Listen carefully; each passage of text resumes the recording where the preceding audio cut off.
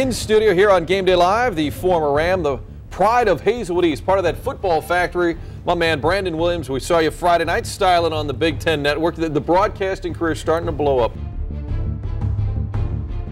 One I can only compare to as a Charlie Ward type of guy who can run the ball and who can throw the ball as well. Yeah, when you talk about the spread, it's three different types, but the one that Michigan is running is the spread read option with Denora Robinson, and it takes a quarterback who can run this. His feet and the wide receiver, That's what the spread offense is about. It's about deception. It's about spreading out the players, finding vertical seams to throw and run the ball, and if you can't line up and go head-to-head, you won't be able to stop it. Spagnuolo and his coaching staff, they come from winning. They don't want to lose. Spagnuolo was winning when he was in Philly. He was winning when he was with the Giants. You know, Pat Shurmur, the offensive coordinator, those guys are used to winning. So they're not, if they see that they can win and it's a possibility, they're going to pull the trigger. They're not going to hold anything back. I am feeling great this morning. Those Buckeyes was talking a lot of stuff, but my Badgers, as I predicted earlier this week, we came out with the victory, knocked off #1. Top draft picks that they have, first rounders, you know, but at what point do you say, hey, we have to get past this, we're better than this, and we have to actually put it on the field? And I think it does go back to the coaching staff and them getting these guys ready. Last but not least, obviously, we want to see Sam Bradford. We want to see what $50 million and a #1 draft pick really looks like in the NFL in St. Louis.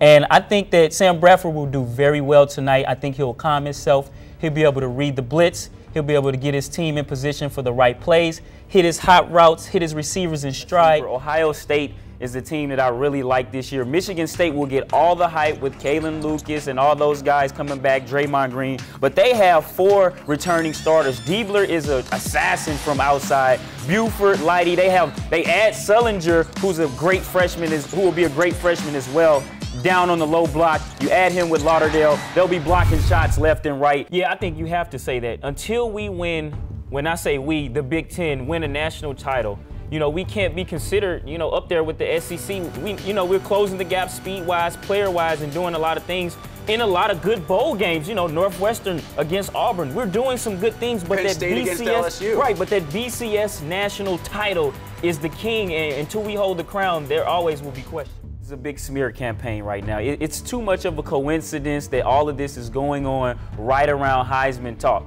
right around the time when the voters have to vote. I would still vote for him, me personally. That's how. I mean, what can you really say about McNabb? He exemplifies what a true NFL player should be on and off the field. He doesn't get into trouble off the field, and he works extremely hard on the field. Oklahoma played in those Red River shootouts, so he doesn't have those bright eyes like most rookie quarterbacks. He understands what's going on in the game, and he's been preparing himself. Steven Jackson talked about how he knows the plays, he knows the playbook in and out, how he gets other players in position when they're out of position. I mean, Leon Washington is coming off the injury. Me and him have a very similar injury where he has the metal rod put into his leg.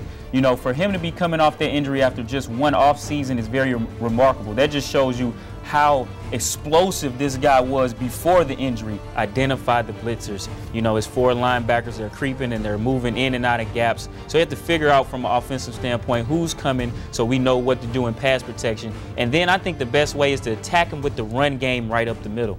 They have to put up the big numbers, which is tough for us because we like to grind the ball out. We like to run the ball and stuff it down your throat. We don't care about scoring 60. We just want to get the W. Hi, I'm Brandon Williams, and with the beating Manny Pacquiao just gave Margarito's face, it's big money time. It's now or never, Mayweather.